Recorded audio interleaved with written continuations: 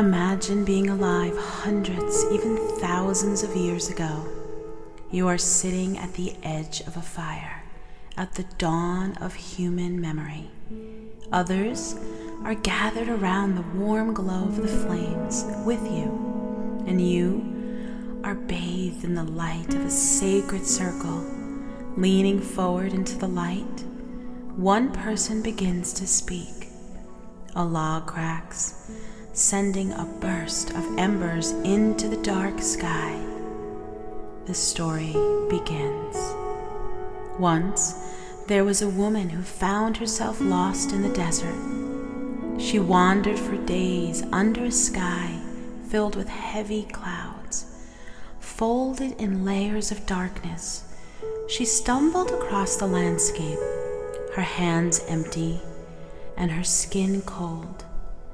Finally exhausted, she sank to her knees and turned her face to the heavens. And there, she saw that the cloud had opened, revealing a wash of bright stars.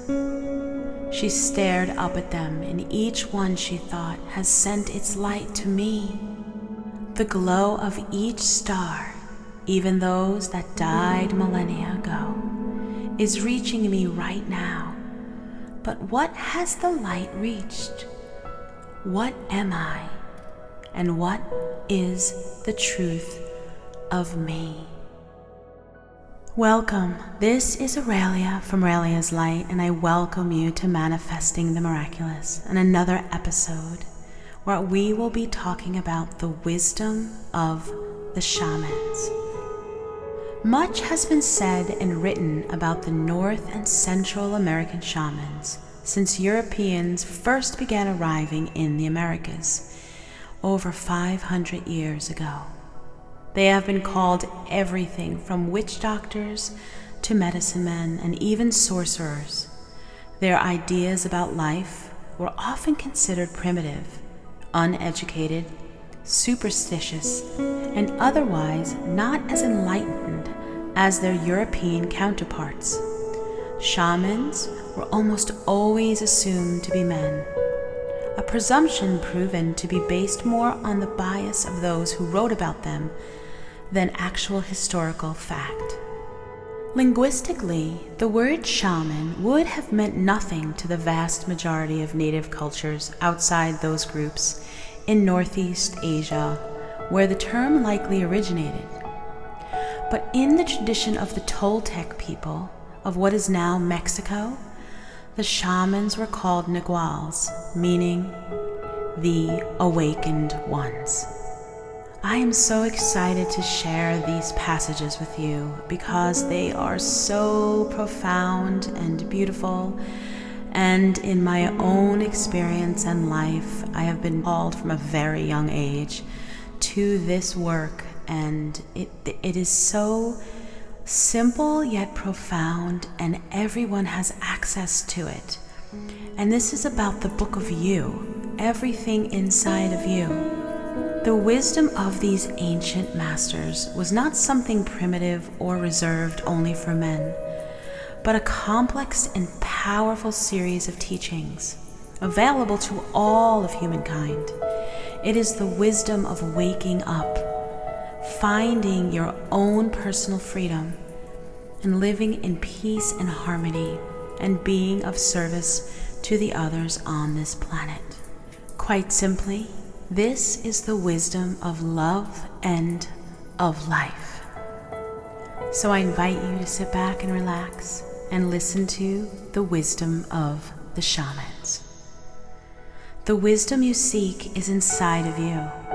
Take a moment and feel the truth of those words.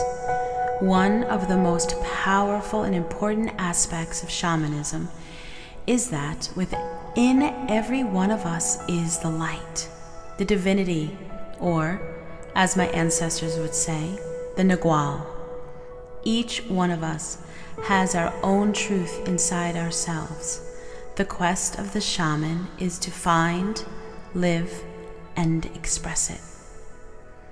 Unlike some other traditions, shamanism is not based on hierarchy or deference to the past teachers or following a sacred text with blind belief, but uncovering the truths within yourself and bringing them into the world to become a messenger of truth, a messenger of love, and a messenger of light. The path of the shaman is largely an individual journey. Rituals, books, and tools, and even other shamans only serve as guides to help you find the wisdom that comes from deep inside you. No two shamanic journeys are alike, as we each ultimately make our own unique path, create our own art, and express ourselves in our own beautiful way. That's why I often say that you are both the student and the teacher on the shamanic journey, and life is expressing itself through you. In my own tradition, that of the Toltec people of South and Central Mexico, we say that we are artists. In fact, the word Toltec means artists. This is not confined to the traditional understanding of the word as painters or sculptors, etc., or just members of my ancestral tribe. This designation extends to every human being on this beautiful planet, and the simple truth is that every person is an artist, and the art that we create is the story of our life.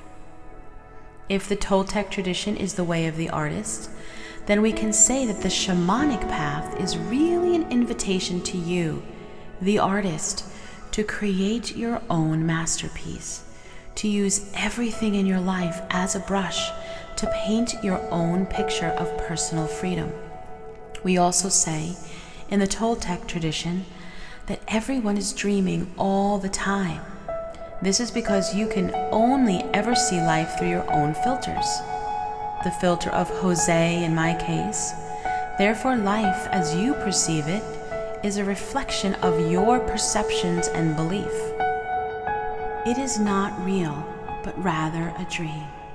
To some, this may sound negative, but in fact, it is positive, because if your life is a dream and you become aware of the fact that you are the dreamer, then you can consciously create the dream you want, to see and live the life you want to live.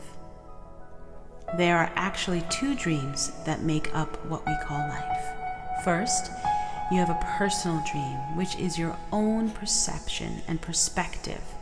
It is how you see the world around you and how you sense of it in your own mind through the stories you tell yourself about what you perceive.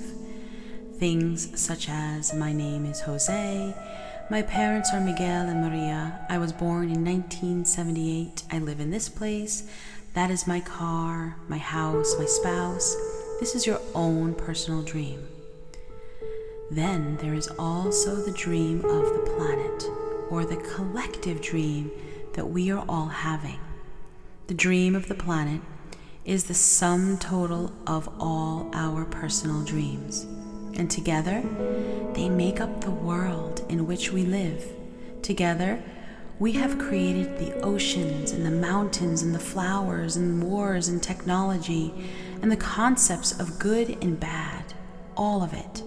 The dream of this planet is the combination of all our personal dreams and forms the basis for how we interact and communicate with one another. The Toltec understood that in both cases, personally and collectively, what we are perceiving as life is not real. Our perception of life is really just a complex set of overlapping stories held together by our concept of time. In my family's tradition, the shamans, who were called naguals in our native language, were the ones who were awake because they had woken up to the fact that we are all dreaming, that we are all storytellers, and that while the truth of who and what we really are is ultimately indescribable, the best way to say it is that we are life itself. I find it interesting that halfway around the world, More than 2,500 years ago, a man sat under a Bodhi tree for 40 days and nights until he realized his true nature. And when he got up from the tree, he returned to his friends, and they could tell his experience had changed him. They asked him, "What happened to you?" And the man replied in his native Pali language, "I am awake." The word for awake in Pali is Buddha. In both Buddhism and shamanism, those who are masters in each tradition are referred to as awakened. So, who can be a shaman? Anyone who has the desire to awaken from the dream and find his or her personal freedom is a shaman. Of course, this is easier said than done, because the dream has several mechanisms in it that uses it to keep us asleep, many of which we will look at in greater detail in the next coming episodes.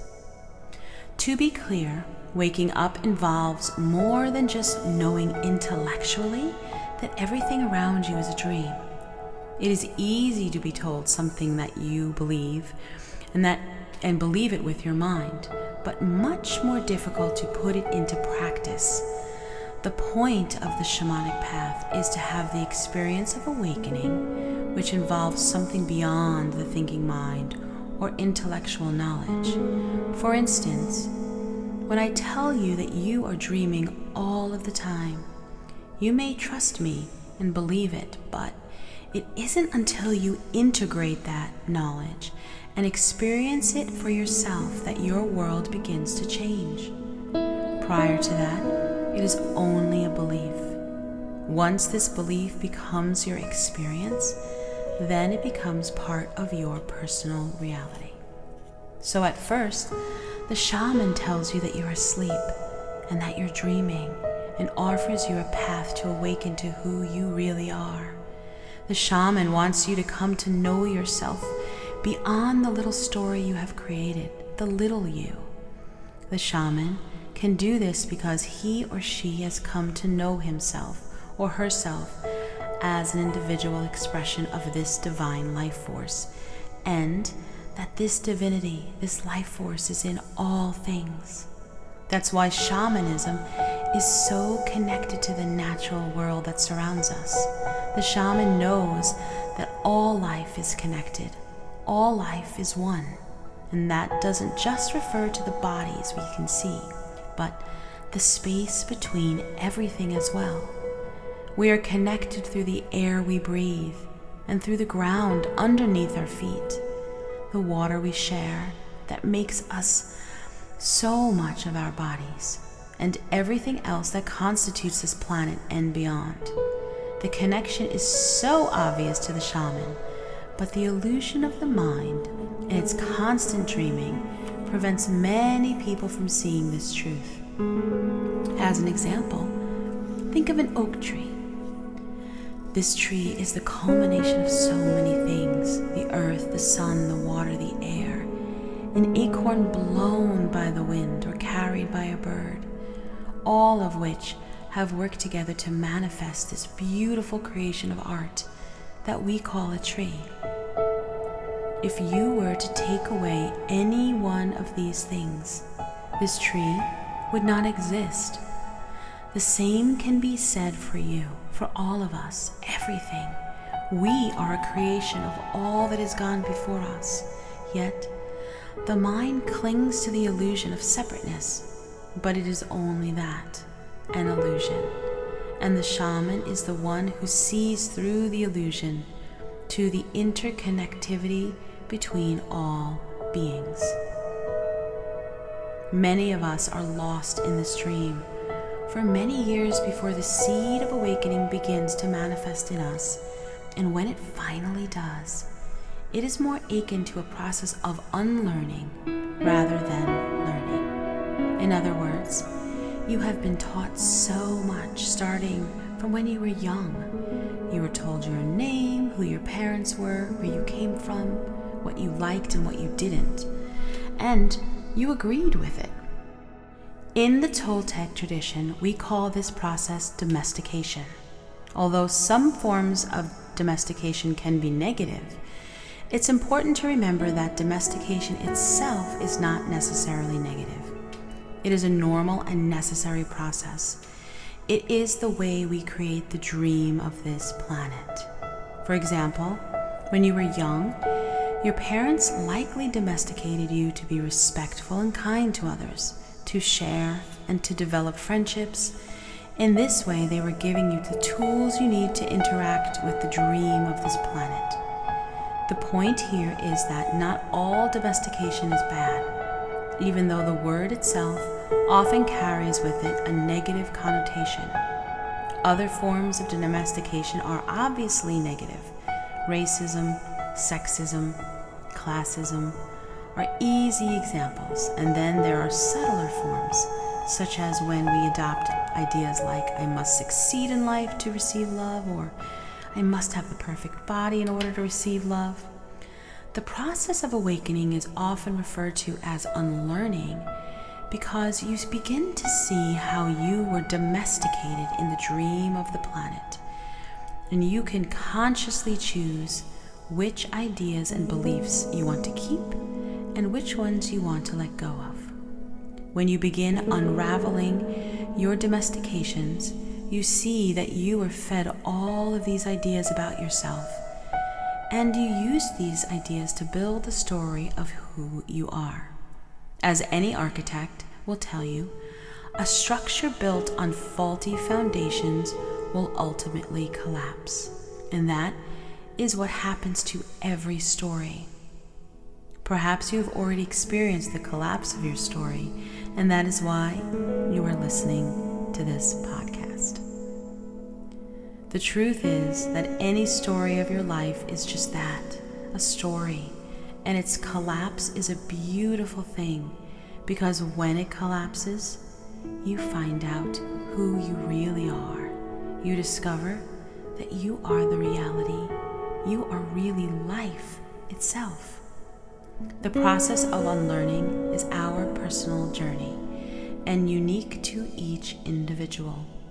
Although there may be similarities, no two people wake up in the same way, and this is a major tenet in shamanism.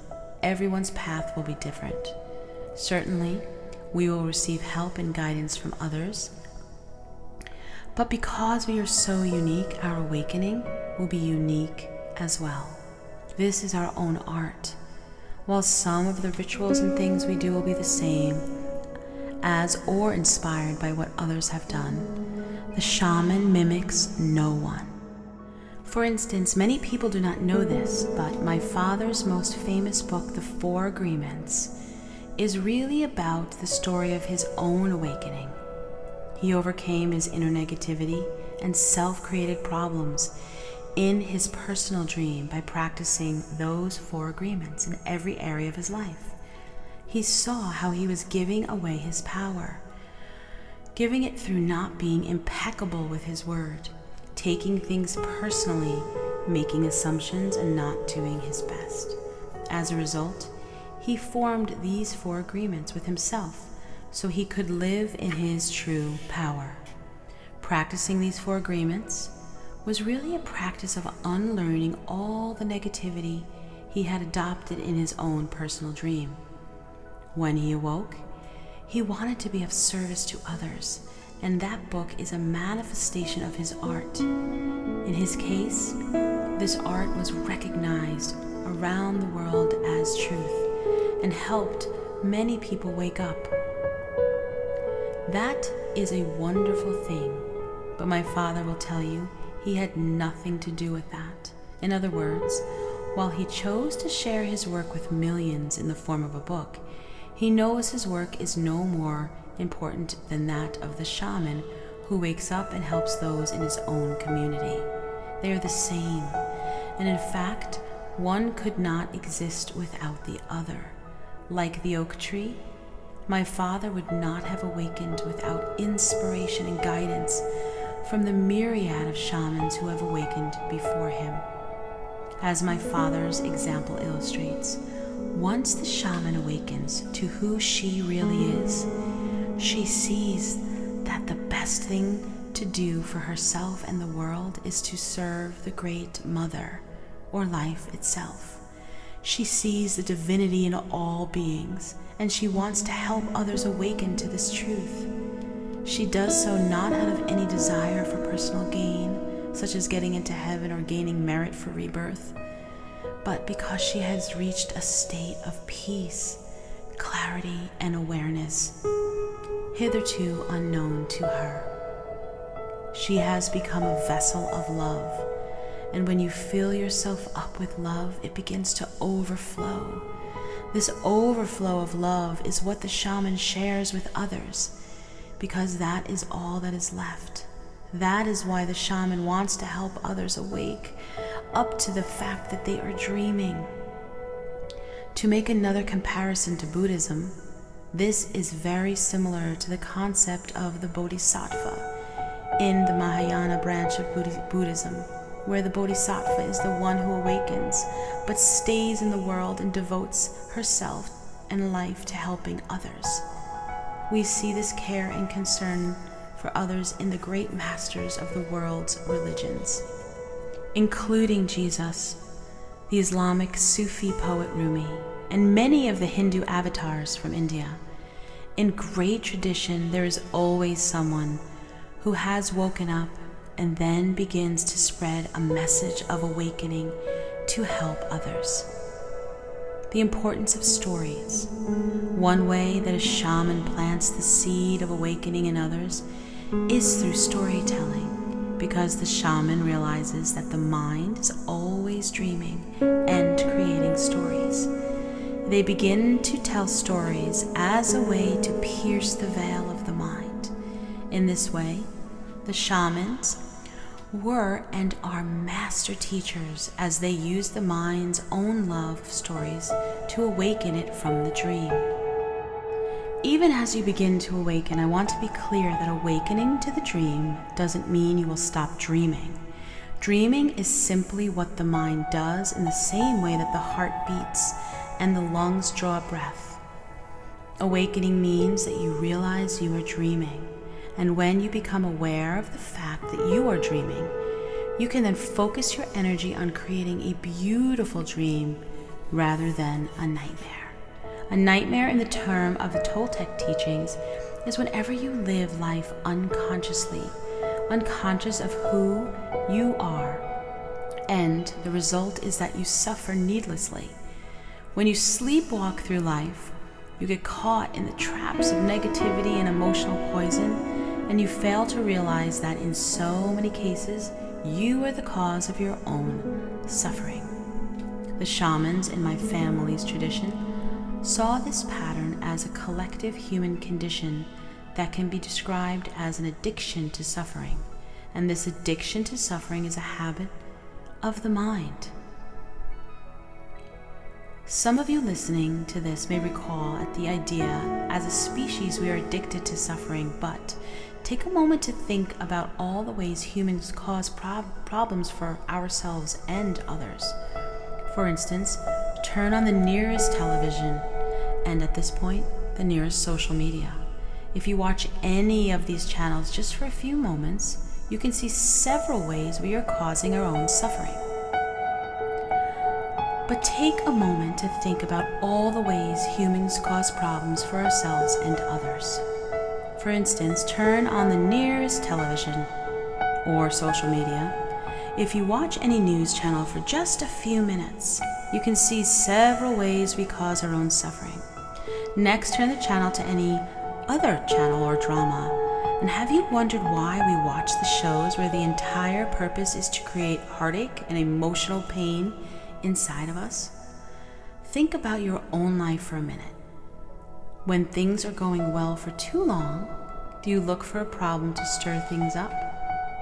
Shantideva, the 8th century Indian mystic and poet, noted this addiction to suffering in the following lines.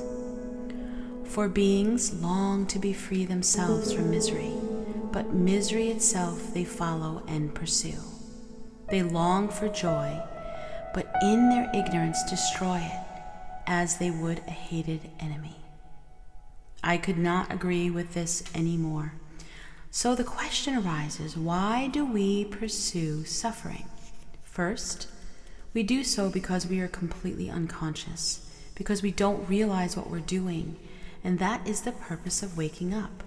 Secondly, we do so out of habit. Creating suffering is simply a habit of the mind. And even as we begin to wake up, the old habits of suffering continue to ensnare us. And that's why the shaman refers to it as an addiction. As with any addiction, the first step to ending it is to be aware of it and admit that it exists.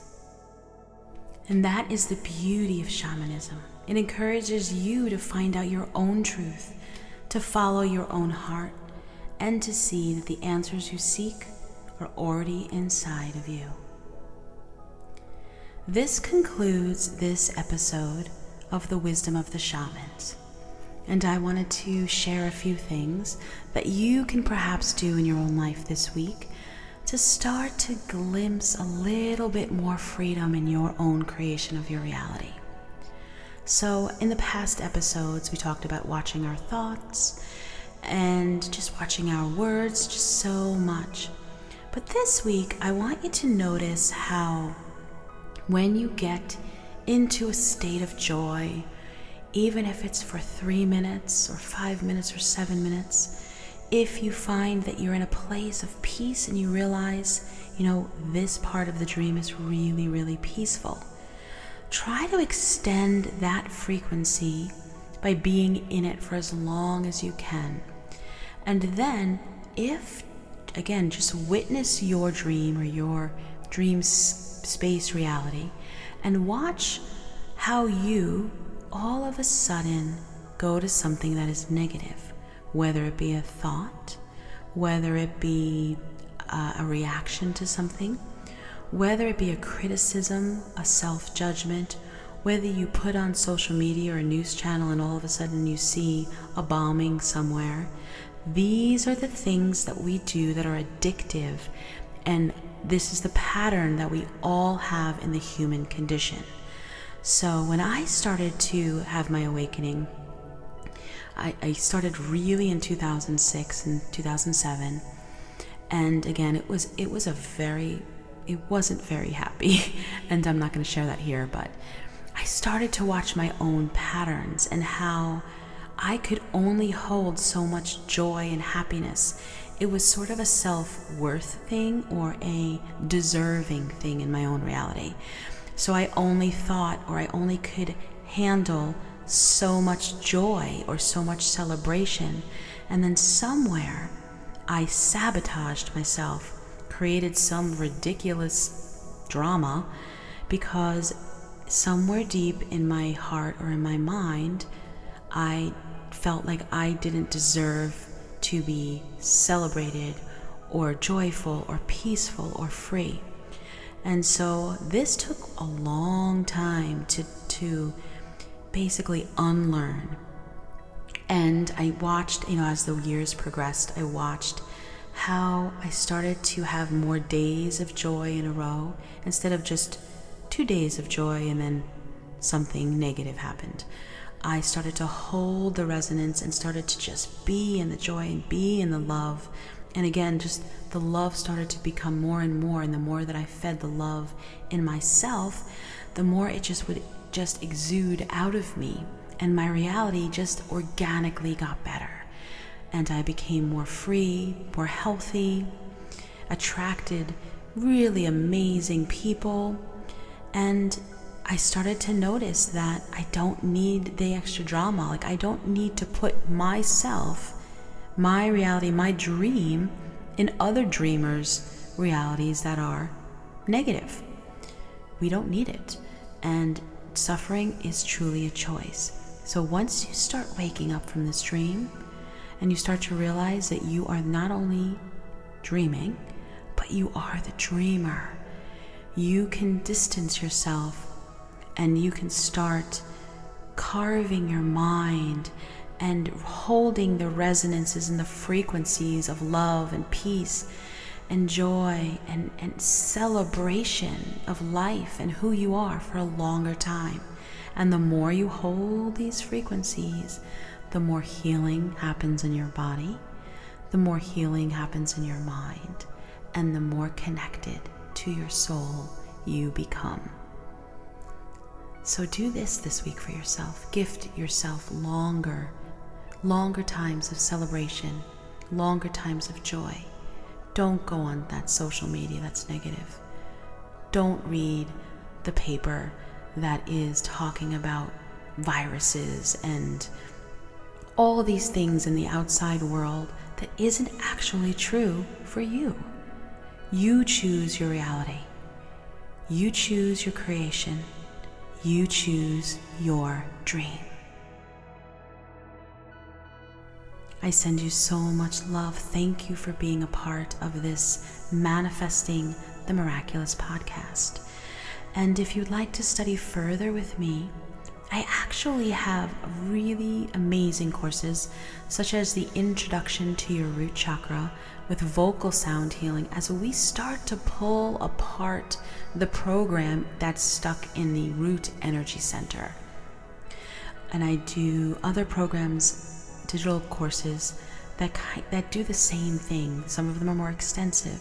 So I do invite you to visit my website at Aureliaslight.com and listen to my music on Spotify, iTunes, wherever music is sold.